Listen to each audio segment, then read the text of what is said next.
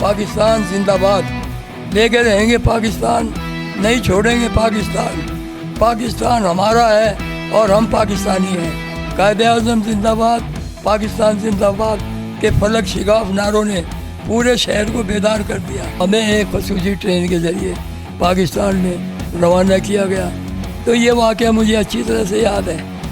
अमृतसर से पहले मुकाम नहीं मैं बता सकता कौन सा मुकाम था। शाम का वक्त था, अचानक गाड़ी रुक गई और गाड़ी रुकने के बाद नारे बुलंद हुए, जय काल जय काल जय काल जय काल। तो उन्हें पता चला कि ड्राइवर हिंदू था। इस मुकाम पे लाकर इनकी साजिश थी, उसने गाड़ी को रोका और वो लोग गाड़ी पर हमला करके हमें कत्ल करना चाहते थे। लेकिन हमारी गाड़ी में 4 नौजवान जो राजपूत आर्मी से ताल्लुक़ रखते थे वो बम असले के मौजूद थे और उन्होंने स्ट्रेट फायर किया उस हजूम पे जो गाड़ी पे हमला करना चाहता था। और उनमें से एक नौजवान ने फौरी तौर पर ड्राइवर के सीने पर गन रखी और कहा गाड़ी चला, और उसे मजबूर कर दिया और वो गाड़ी चलाकर पाकिस्तान की हुदूद में दाखिल हो गया बेनज़ीर के दौर में। और यहाँ पर मुल्तान में अक्सर जितने भी बड़े बड़े जलसे हुए हैं उनका मैं कन्वेनियर भी रहा हूँ। और मेरी दिलचस्पी सिर्फ जुल्फ़कार अली भुट्टो और मोहतरमा बेनज़ीर भुट्टो साहिबा के साथ थी। बेनज़ीर भुट्टो साहिबा जब पहली दफ़ा 1 मई को मुल्तान आई तो उन्होंने मेरे हुसैनागाई वाले मकान पर अपने हाथ से झंडा लगाया और मैंने भुट्टो साहब के साथ पैदल सफ़र किया, कार में सफ़र किया, ट्रेन में सफ़र किया, हवाई जहाज़ में सफ़र किया। अस्सलाम वालेकुम नाजरीन, मैं हूं आपका मेज़बान आफ्ताब शहजाद और आप देख रहे हैं हमारा यूट्यूब चैनल शाहीन ग्रुप। नाजरीन, 14 अगस्त 1947 को पाकिस्तान आज़ाद हुआ। पाकिस्तान बनने में किन मुश्किलात का सामना करना पड़ा हमारे बुज़ुर्गों को।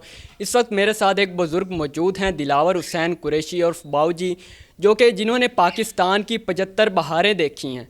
यानी जब पाकिस्तान आज़ाद हुआ तो वो उस वक्त तकरीबन 8 साल के थे।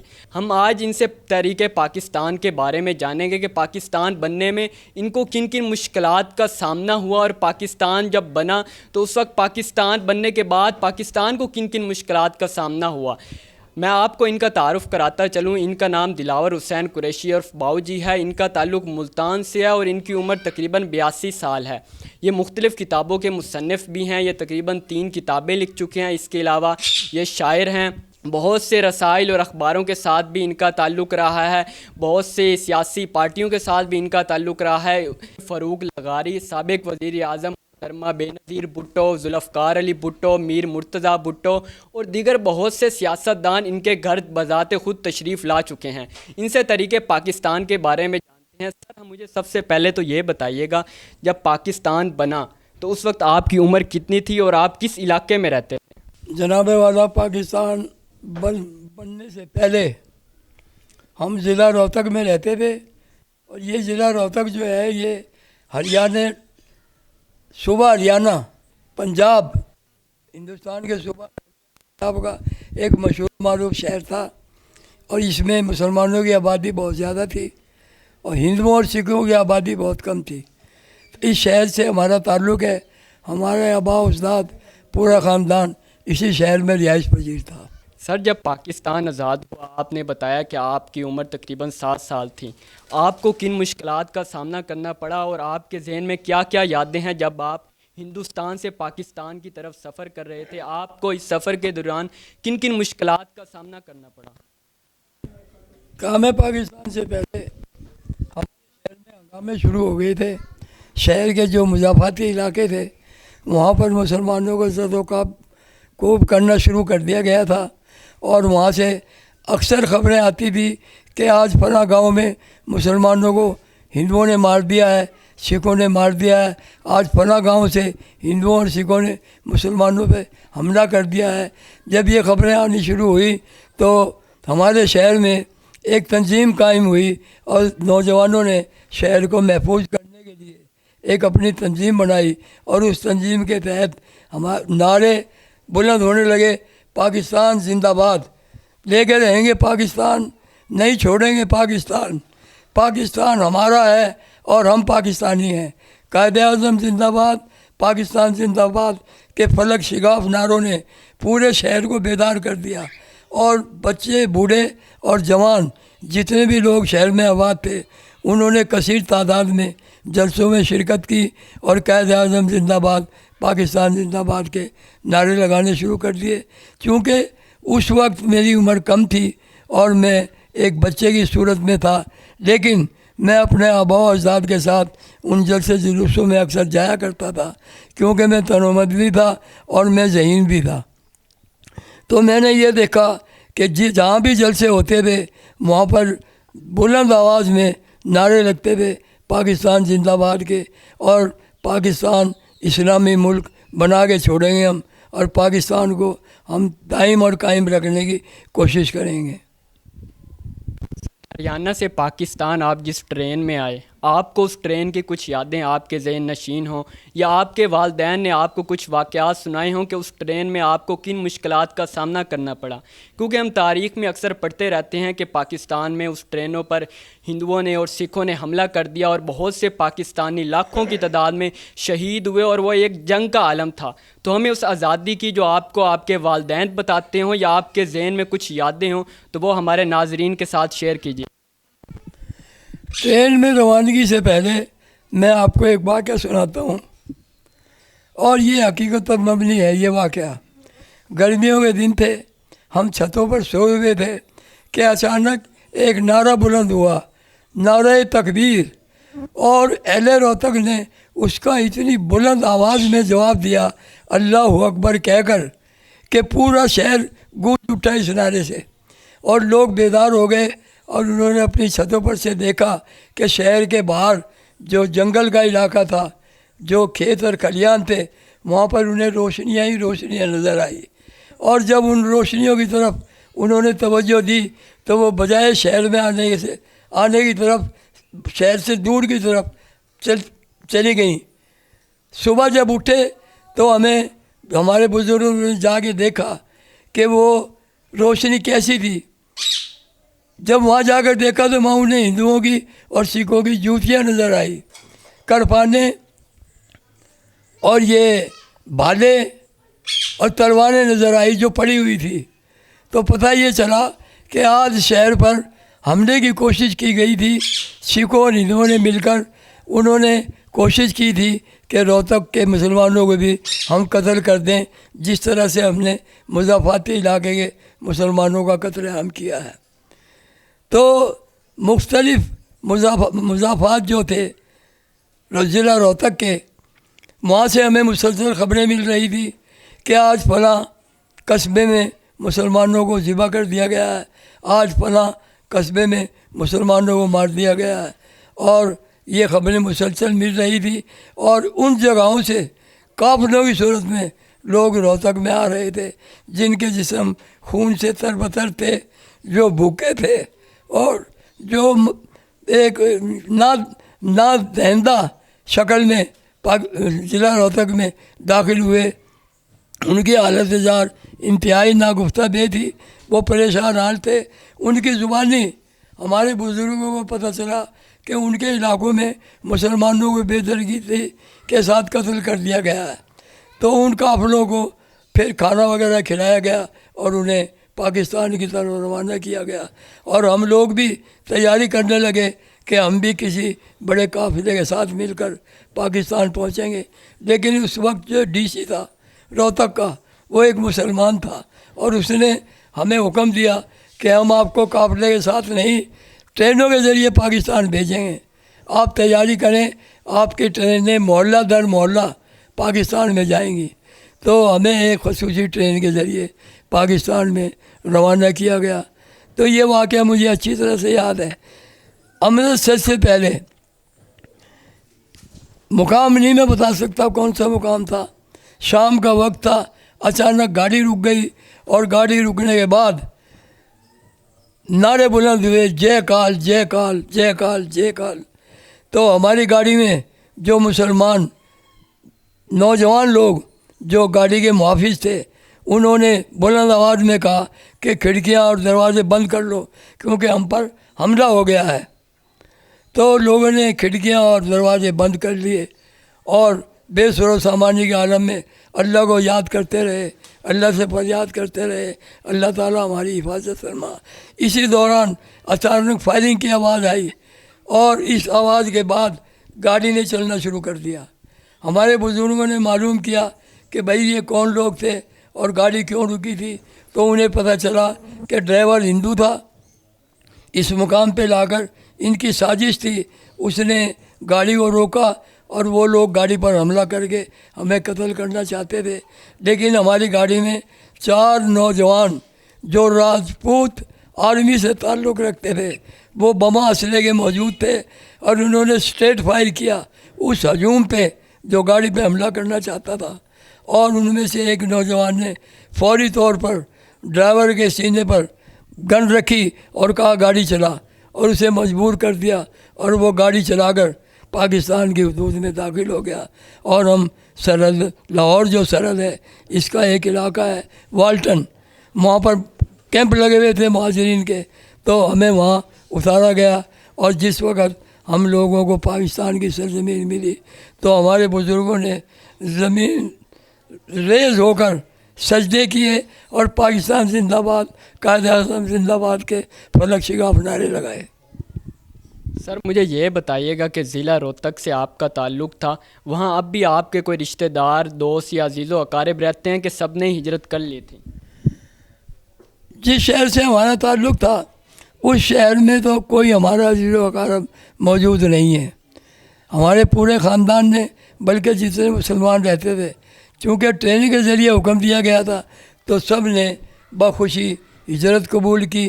لیکن ہاں، ہمارے جو بزرگ تھے ان میں سے کچھ لوگ جو ہندوستان کے دوسرے شہروں میں تجارت کرتے تھے، ان کی جائیداد تھی اور ان کے کاروباری وسائل وہاں موجود تھے، وہ وہاں رہ گئے، اور زیادہ تر کلکتے میں ہمارے آبا و اجداد ہیں۔ اب بھی تقریباً اللہ کے فضل سے 25-30 گھر کلکتے میں ہمارے موجود ہیں جو ہمارے خاندان سے تعلق رکھتے ہیں، اور باقی روہتک سے کوئی مسلمان نہیں رہا روہتک میں، اور وہ سب ہمارے عزیز و اقارب ہمارے ساتھ ہی پاکستان میں آ گئے۔ سر مجھے یہ بتائیے کہ آپ کی عمر پاکستان سے بھی زیادہ ہے، آپ پاکستان کے ساتھ بڑے ہوئے ہیں، آپ نے مختلف لوگوں کی حکومت دیکھی، آپ نے مارشاء اللہ دیکھے، ڈکٹیٹروں کی حکومت دیکھی، کون سی حکومت تھی جس نے پاکستان نے ترقی کی، اور پاکستان کے لیے کون سا حکمران اچھا تھا؟ علیم کے دوران میں نے FA 1962 میں ولایت حسین کالج سے کیا، اور فاطمہ جناح اور ایوب کا الیکشن میں نے اچھی طرح سے دیکھا، اس میں حصہ بھی لیا۔ تو یہاں کے ظالم اور جابر لوگوں نے ناجائز طور پر محترمہ فاطمہ جناح کو ہرا کر ایوب خان کو پاکستان کا صدر بنا دیا، اور ایوب خان نے، یہ میں اپنی قوم کو بتا رہا ہوں، شاید اسے معلوم نہ ہو کیونکہ پرانے لوگوں کو تو پتہ ہے، ہماری نئی نسل کو پتہ نہیں۔ پہلے پاکستان مقروض نہیں تھا، ہمارا پہلا وزیر اعظم جو تھا وہ لیاقت علی خان تھا۔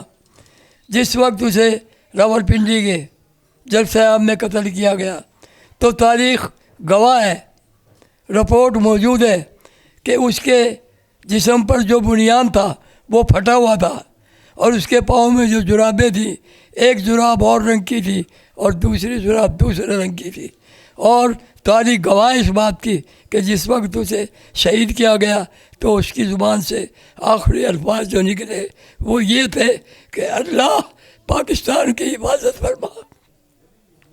پاکستان لیاقت علی خان کے بعد پاکستان میں جتنے حکمران آئے سارے لوٹ کھسوٹ میں پڑے ہوئے تھے، اقربا پروری میں پڑے ہوئے تھے، اور انہیں پاکستان سے اور پاکستان کے آئین سے کوئی دلچسپی نہیں تھی، وہ یہاں پر یہودیوں کا نظام قائم کرنا چاہتے تھے۔ تو اس دوران ایوب خان کی وزارت سے ایک شخص نکلا جس کا نام ذوالفقار علی بھٹو تھا، اور اس نے نعرہ لگایا اسلامی جمہوریہ پاکستان کو بنائیں گے، یہاں کی معیشت کو سوشلزم پر قائم کریں گے، یہاں پر طاقت کا چشمہ عوام ہوگی، اور یہاں پر ہماری معیشت جو ہے وہ اسلامی معیشت ہوگی۔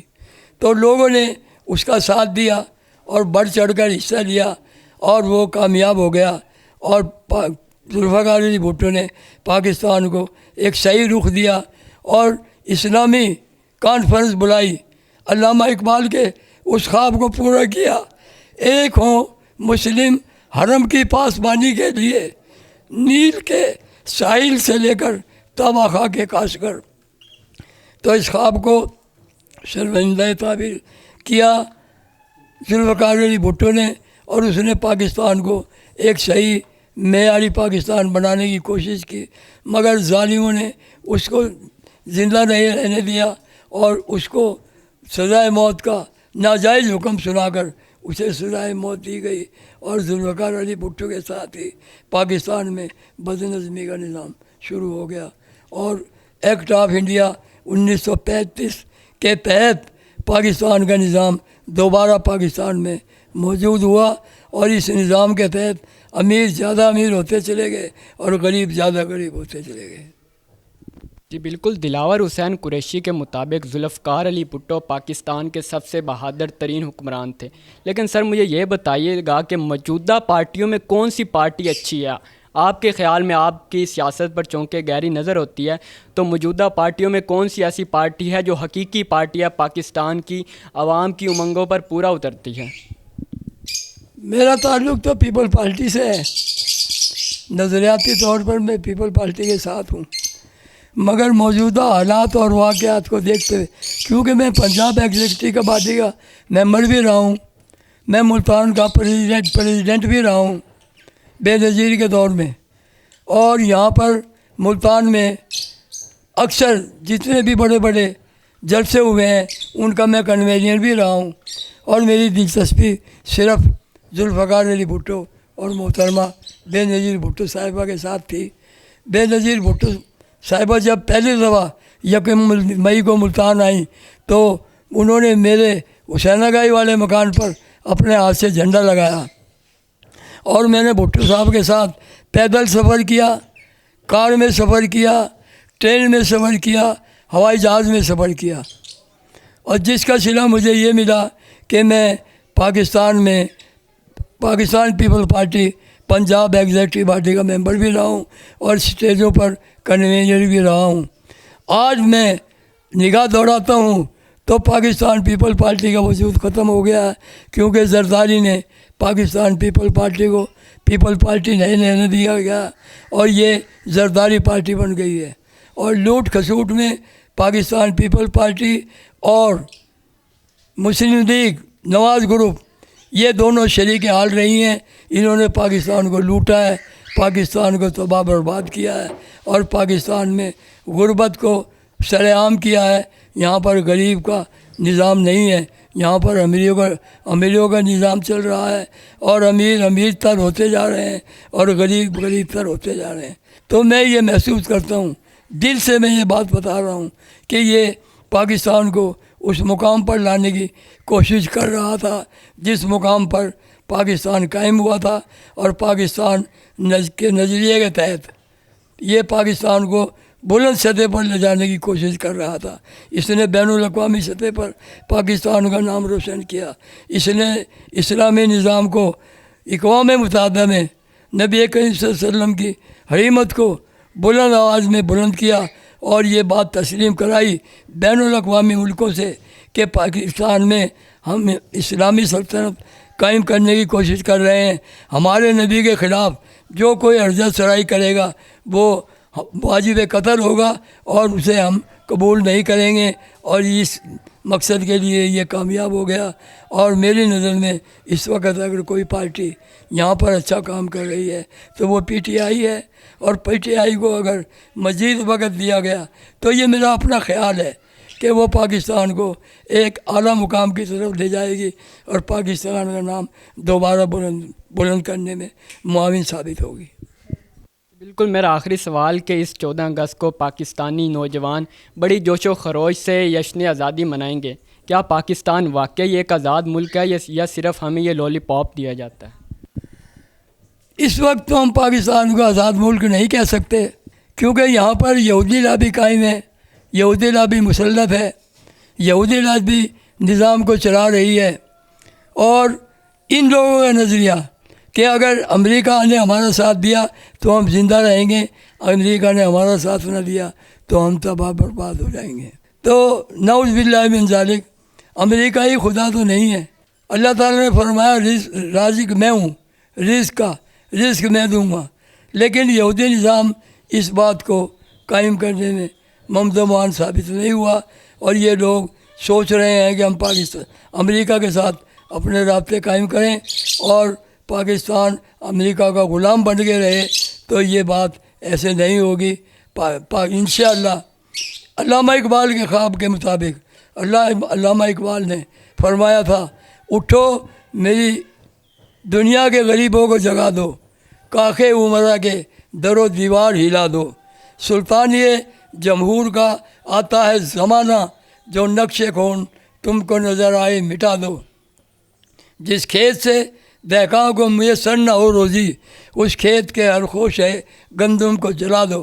तो मैं अपने मुल्क के नौजवानों से ये उम्मीद रखता हूँ कि वो अल्लामा इकबाल के इस फरमूदे के मुताबिक पाकिस्तान में एक नई हुकूमत कायम करेंगे जो इस्लामी इक़्तिदार पर मुश्तमिल होगी और पाकिस्तान में नारे तकबीर, अल्लाहु अकबर, नारे रिसालत, या रसूल अल्लाह के नारों से पाकिस्तान गूंजेगा। और पाकिस्तान मुझे यकीन है इतना तरक्की करेगा कि पाकिस्तान एक वक्त सुपर ताकत होगा। इंशाअल्लाह जी, बिल्कुल पाकिस्तान एक दिन ज़रूर तरक्की करेगा। आखिर में मेरा आपसे ये सवाल है कि पाकिस्तान के आने वाली नस्लों और नौजवानों को क्या पैगाम देंगे? मेरा पैगाम तो यही है कि इस्लामी नज़रियात पे अमल पैदा हो, कौम के जवान बेरारवी से दूर हो जाएं और बेरारवी को छोड़कर इस्लामी नुक्ता नज़र के तहत यहाँ काम करें और पाकिस्तान के लिए काम करें, पाकिस्तान को दुनिया में रोशनास कराएं, पाकिस्तान की खिदमत करें और पाकिस्तान को पाए तकमील तक पहुँचाने में जो कुर्बानियाँ हमारे आबा अजदाद ने दी थी, उन कुर्बानियों को मद्देनज़र रखते हुए ये पाकिस्तान के लिए हिम्मत से काम लें, आगे बढ़ें और यहाँ पर जो जागीरदाराना सरमायादाराना निज़ाम है इसे ठुकराएं और यहाँ पर इस्लामी स्टेट बनाने की कोशिश करें। बिल्कुल मेरे साथ इस वक्त मौजूद थे दिलावर हुसैन कुरैशी, जिन्होंने पाकिस्तान की 75 बहारें देखी हैं।